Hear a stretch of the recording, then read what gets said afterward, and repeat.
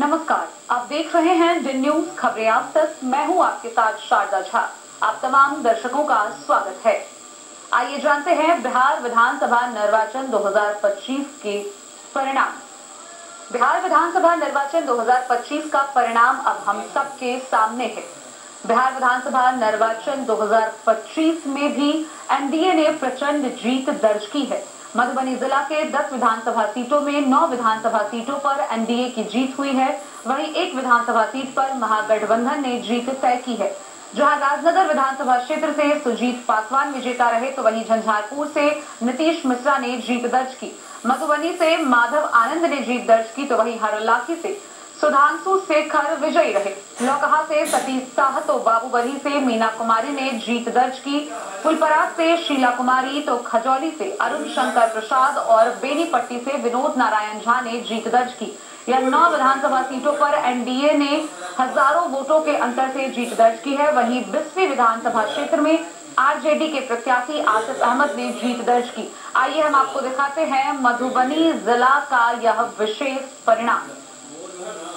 बिहार विधानसभा निर्वाचन 2025 का परिणाम अब सामने आ गया है और पूरे बिहार भर में विभिन्न विधानसभा क्षेत्रों की बात करें तो एनडीए ने प्रचंड जीत दर्ज की है।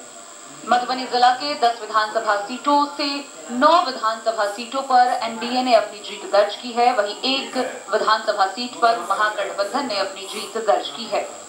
मधुबनी जिला के आरके कॉलेज को मतगणना केंद्र बनाया गया था, जहां 3 लेयर में सिक्योरिटी की व्यवस्था की गई थी। सुरक्षा के पुख्ता इंतजाम शहर भर में रहे। जिला प्रशासन बेहद ही सक्रिय नजर आई। मतगणना केंद्र के चारों तरफ 144 धारा लगे हुए थे। गौरतलब हो कि मधुबनी जिला में 10 विधानसभा क्षेत्र हैं। 31 हरलाखी, 32 बेनीपट्टी, 33 खजौली, 34 बाबूबरही, 35 बिस्फी, 36 मधुबनी, 37 राजनगर सुरक्षित, 38 झंझारपुर, 39 फुलपरास और 40 लौकहा। इन 10 विधानसभा क्षेत्रों के 9 विधानसभा सीटों पर एनडीए गठबंधन ने अपनी जीत दर्ज की। वहीं एक विधानसभा सीट पर महागठबंधन ने अपनी जीत दर्ज की। मधुबनी जिला के मधुबनी विधानसभा क्षेत्र पर लोगों की नजरें सबसे अधिक टिकी हुई थी। मधुबनी विधानसभा क्षेत्र से इस बार एनडीए के प्रत्याशी ने ऐतिहासिक जीत दर्ज की है। गौरतलब हो कि मधुबनी विधानसभा क्षेत्र से इस बार राष्ट्रीय जनता दल से समीर कुमार महासेठ, जन स्वराज पार्टी से अनिल कुमार मिश्र, राष्ट्रीय जन संभावना पार्टी से गणेश पूर्वे, राष्ट्रीय लोक मोर्चा से माधव आनंद, ऑल इंडिया मजलिसे इत्तेहादुल मुस्लिमीन से Rashid Khalil, Right to Recall Party से राजीव कुमार झा, जागरूक जनता पार्टी से राम सागर शर्मा, समता पार्टी से सुनेंद्र कांत कारी और निर्दलीय मेहर कुमार झा इतने प्रत्याशी चुनावी मैदान में जुटे थे, जहां मुकाबला सीधा सीधा महागठबंधन समर्थित राजद प्रत्याशी समीर कुमार महासेठ और एनडीए समर्थित राष्ट्रीय लोक मोर्चा के प्रत्याशी माधव आनंद के बीच में देखने को मिला। महागठबंधन समर्थित राजद प्रत्याशी पिछले 2 बार से मधुबनी विधानसभा क्षेत्र के विधायक रहे थे और इसी वजह से इस बार यह मुकाबला और दिलचस्प होता नजर आया। लेकिन वोटों की गिनती के बाद लगातार रुझान बढ़ता गया और अंत में एनडीए प्रत्याशी माधव आनंद ने जीत दर्ज की। 20,758 मतों के अंतर से मधुबनी विधानसभा क्षेत्र से माधव आनंद ने जीत दर्ज की। वहीं उन्होंने मीडिया से बातचीत करने के दौरान बताया कि यह जीत उनकी जीत नहीं, यह जीत मधुबनी विधानसभा क्षेत्र की जनता की जीत है और साथ ही उन्होंने कहा कि मधुबनी में चीनी मिल को चालू करना उनकी पहली प्राथमिकता होगी।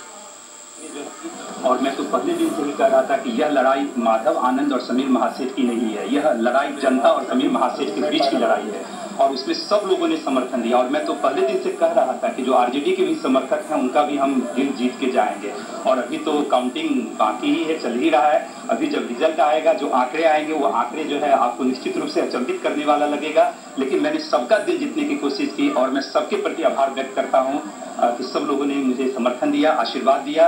और बाकी तो रिजल्ट होने के बाद अच्छा रहेगा कि प्राथमिकता मैंने पहले ही जिक्र किया कि सबसे पहले तो मुझे चीनी मिल यहाँ लगवाना है, जो मैंने सबसे वादा किया है। और निश्चित रूप से जो यहाँ की मधुबनी शहर की जो व्यवस्था है, खासकर जो नाला रोड की जो समस्या, उस समस्याओं को निराकरण करना है, रोजगार सृजन पे काम करना है, स्पेशल इकोनॉमिक जोन पे काम करना है। और 5 साल लंबा वक्त होता है, 16 साल उनको नहीं चाहिए, उनको 16 साल मिला। कई लोगों ने उनका भी समर्थन किया, लेकिन मैं कोई बात नहीं, राजनीति है, लोकतंत्र में एक दूसरे को जो है होता है किसी विचारधारा से जुड़े रहते हैं। लेकिन मेरे लिए सब एक है, जो नहीं भी समर्थन दिए हैं उनके लिए भी उतनी ही मेहनत से मैं काम करूंगा, और जो समर्थन दिए हैं उनके लिए भी उतनी ही मेहनत से काम करूंगा। क्योंकि पूरा मधुबनी क्षेत्र जो है, अब मैं प्रतिनिधि के रूप में अगर जाता हूं तो मेरे लिए सब बराबर है। आप अपने पार्टी के राष्ट्रीय महासचिव भी रहे हैं, क्या कहिए बहुमत से बीजेपी बहुमत? ये प्रचंड बहुमत है निश्चित रूप से आदरणीय प्रधानमंत्री जी के ऊपर, आदरणीय मुख्यमंत्री जी के ऊपर। बिहार की जनता ने विश्वास जताया है, विकास पे वोट डालने का काम किया है। जिस रूप में आदरणीय प्रधानमंत्री जी के नेतृत्व में मुख्यमंत्री जी लगातार काम कर रहे हैं, निश्चित रूप से आने वाले 5 साल में निश्चित रूप से जो और भी विकास तेज गति से होगा। और सबसे बड़ी बात सौभाग्य की बात है कि जो मधुबनी बंधक पड़ा हुआ था, जो काम नहीं हो पा रहा था, अब तो एनडीए की सरकार केंद्र में, एनडीए की सरकार बिहार में और एनडीए की सरकार मधुबनी में भी होगी। तो ट्रिपल इंजन की सरकार मिलकर जितनी समस्याएं मधुबनी में है, जितने भी मैंने आश्वासन दिए हैं, कोई झूठा आश्वासन नहीं दिया है, चुनाव जीतने के लिए नहीं दिया, दिल की गहराइयों से दिया है। और निश्चित रूप से सबका समाधान जो है करेंगे। सर, आप अपना दिल किसे सवाल पर करना है? यहाँ की जनता को जाता है, मैं तो सिर्फ एक चेहरा हूँ। यहाँ की जनता ने चुनाव लड़ी है, एक जनता को हम धन्यवाद देना चाहते हैं। यह मेरा चुनाव नहीं था, जनता का चुनाव था। जनता ने चुनाव लड़ा है, मन से लड़ा है। और निश्चित रूप से जब मन से सब लड़े हैं तो सफलता जो है सो आपको देखने को मिल रहा है, और अच्छा ही सफलता होगा, सब लोग आशा करते हैं इस तरह का। धन्यवाद। गौरतलब हो कि 31 हरलाखे विधानसभा क्षेत्र से कुल 11 प्रत्याशी